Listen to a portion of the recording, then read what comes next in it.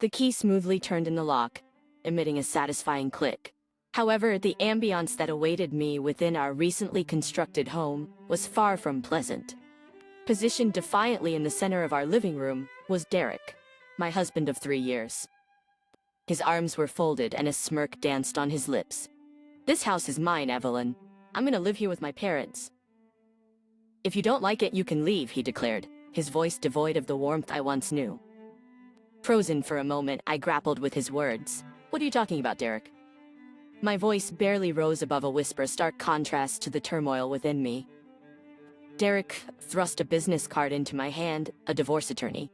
"I thought you might need this," he added, his smugness triggering waves of nausea. The room spun, and I clutched the marble countertop for support. "Why are you doing this?" I managed to ask, my voice trembling. Derek shrugged, his indifference slicing through my heart. "You never really fit in with us, Evelyn. It's better this way." Memories flooded my mind, the futile attempts to assimilate into his family, the scrutinizing gaze of his mother, the snide remarks, and his father's consistent neglect. It was all a game, and I was the unwitting pawn. "You said we were a team?" I accused, my voice gaining strength.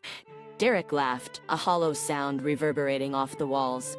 "We were until I didn't need you anymore." The realization struck me like a physical blow. I had been a means to an end, a stepping stone for him to realize his dream home. All the love, sacrifices, and shared dreams meant nothing to Derek.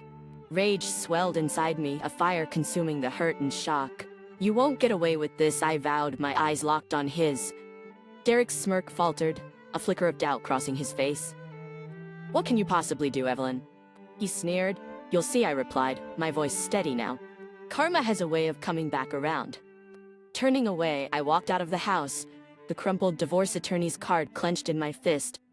Stepping into the sunlight, I felt a weight lifting off my shoulders. Free from his manipulative grasp, I was determined to ensure Derek regretted every hurtful word and deceitful action. I didn't know how or when, but one thing was certain. Derek was going to pay for what he had done, and I was going to be the one to collect. The coffee shop buzzed with activity, but I sat in a quiet corner, an untouched latte growing cold before me. Memories flooded back, each one a sharp jab to my heart. 3 years ago, I met Derek at a mutual friend's party. He was charming, a bit awkward, and seemingly genuine. We bonded over our shared love for classic rock and Italian cuisine. I remember thinking, here's a man who understands the value of family and simplicity.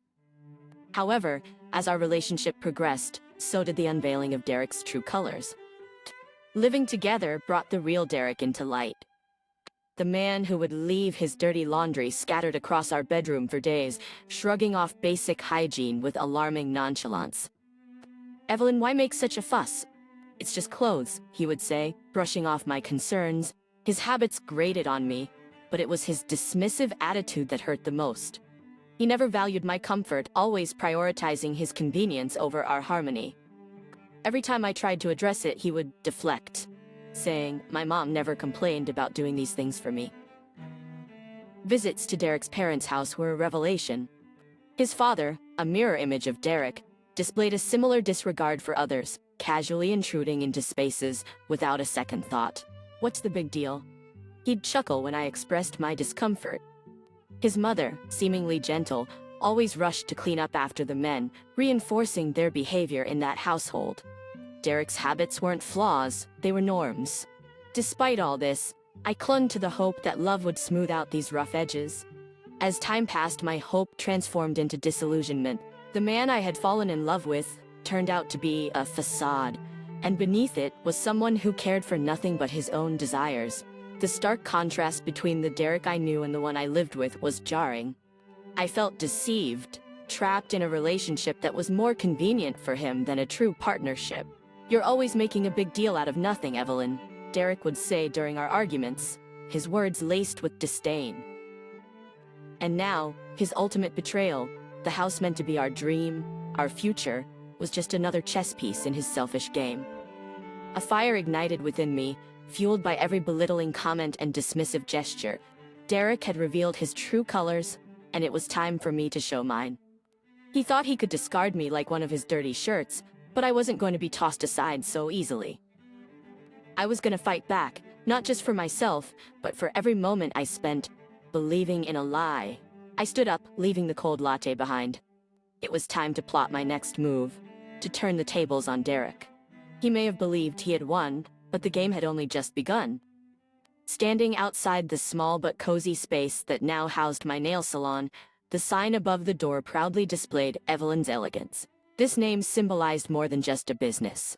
It was a declaration of my newfound independence. The early days were tough. I worked tirelessly, my hands often aching from the meticulous artistry my job demanded. However, with each stroke of polish and every satisfied customer, I rebuilt the confidence Derek had tried to shatter. "Your work is incredible, Evelyn," Mrs. Thompson, one of my regulars, remarked one day. "You've got a real gift."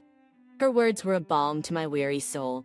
Starting from scratch with nothing but my skills and determination, Derek may have thought he left me with nothing, but he was wrong. He had underestimated my resilience. As my business grew, so did my resolve. I wasn't just gonna survive, I was gonna thrive. Part of that meant ensuring Derek got what he deserved. One evening, as I balanced my books, I smiled at the numbers. My salon wasn't merely surviving, it was prospering. I was approaching my goal of financial independence. A stark contrast to the life Derek must be leading. I recalled his arrogance, the smug face, as he handed me the divorce attorney's card, thinking he had secured his future with that house. Little did he know, the financial noose was tightening around his neck. Through mutual friends, I learned that Derek was struggling. The mortgage payments were higher than he anticipated, and his parents, far from the financial safety net he expected, became an additional burden. A plan began to form in my mind. Derek had always been terrible with money, relying on others to bail him out, but this time there would be no rescue. I was gonna make sure of that. As I polished the nails of my next client, a mischievous smile played on my lips. "Everything all right, Evelyn?" the client asked. "Better than all right," I replied. "I'm just enjoying the thought of karma in action." In my mind, I pictured Derek floundering under the weight of his decisions, his dreams crumbling like the walls of the house he had stolen from me. But this was just the beginning. I wasn't going to sit back and watch. I was going to be the architect of his downfall, and every step of his descent would be a step up for me. Derek had built his house on lies and deceit. It was only a matter of time before it all came tumbling down, and I, Evelyn, would be there to witness it. My hands clean, my conscience clear. The ringing of my phone broke the silence of the evening. Glancing at the caller ID, I saw it was Derek. A sense of satisfaction washed over me. This was the moment I had been preparing for. "Hello, Derek," I said, my voice calm and composed. "Evelyn, you need to help me," he blurted out, panic lacing his voice. The desperation in his tone was music to my ears. "Why would I help you?" I asked, feigning ignorance. "It's the house, Evelyn. I can't afford the mortgage and the bank is threatening foreclosure," he explained. I almost laughed at the irony. Derek, who had once flaunted his control and financial stability, was now at the mercy of his own poor decisions. "You were always so confident in your finances, Derek. What happened?" I prodded, unable to resist the urge to twist the knife a little deeper. I underestimated the costs, and my parents, they're draining me. "I can't keep up with everything," he confessed. I could picture him now, the once arrogant man, crumbling under the weight of reality.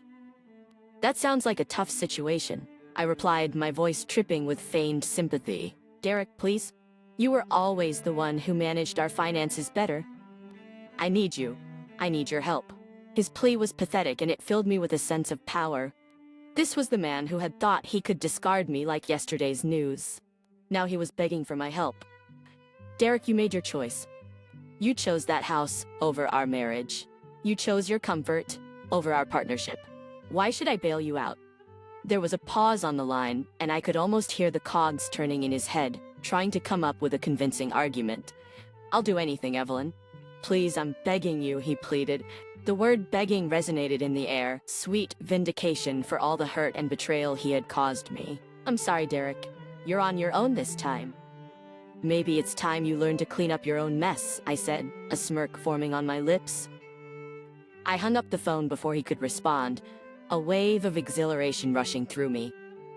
Derek was finally getting a taste of the consequences of his actions, and I had front row seats to the show. As I sat there basking in the glow of my small victory, I knew this was only the beginning. Derek's downfall was inevitable, and I was going to make sure he felt every bit of the pain he had inflicted on me. His house of cards was falling, and I wasn't going to lift a finger to stop it. After all, karma has a way of coming back around, and for Derek it was only just beginning. The morning sun cast a warm glow over the thriving salon, now buzzing with activity. As I prepared for my first client of the day, a familiar face appeared at the door. "Evelyn, we need to talk," he said, his voice lacking the arrogance I remembered. "This isn't a good time, Derek." "I have clients," I replied, not bothering to hide my indifference. "It's about the house. I'm losing it. Evelyn, I've got nowhere to go. The bank is taking everything," he explained. I paused, taking in the sight of him. This was the man who thought he could cast me aside, who believed he could control everything and everyone around him. Now he was crumbling before my eyes. "Derek, you made your bed. Now you have to lie in it," I said, my words deliberate and cold. "But I thought you might..." "What? Come to your rescue after everything you've done?" I cut him off, the satisfaction of seeing him like this indescribable. He took a step forward, desperation clear in his eyes. "Evelyn, please. I was wrong. I see that now. I need you," he pleaded. I looked at him, really looked at him. This was the man I had once loved, the man I had built dreams with, and he had betrayed me without a second thought. "No, Derek, you don't need me. You need to take responsibility for your actions. You need to face the consequences of your choices," I said. I could see the realization dawning on him, the understanding that there was no way out, that he had reached the end of the road. "I'm sorry, Evelyn. Truly am." His apology was too little too late. I had moved on, built a life that was mine and mine alone, a life where he had no place. "Goodbye, Derek. I wish you the best. But this is where our paths diverge for good," I said. He stood there for a moment, looking lost and broken. Then, without another word, he turned and walked away.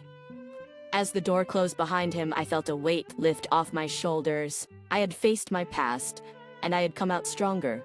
The salon was closed for the day, and I sat alone, reflecting on the journey that had brought me here.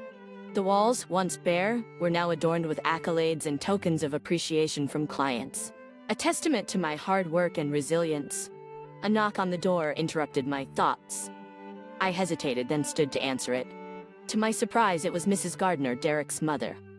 "Evelyn, may I come in?" Her voice was timid, a stark contrast to the domineering woman I remembered.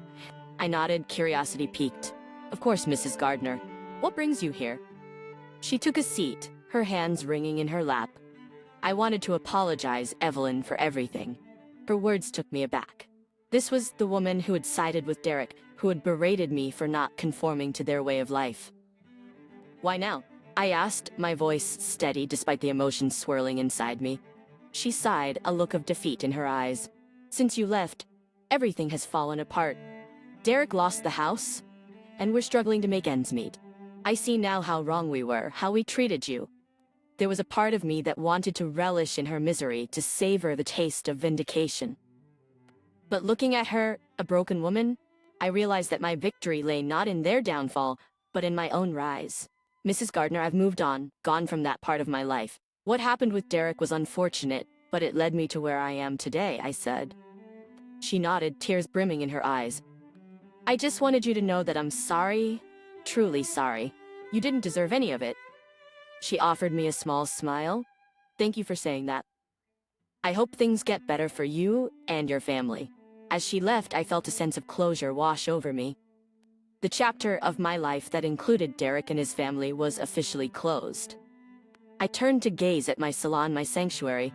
It was more than a business. It was a symbol of my strength, my independence, and my ability to overcome adversity.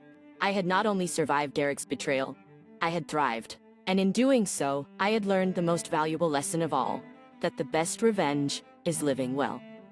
Living well was exactly what I intended to do.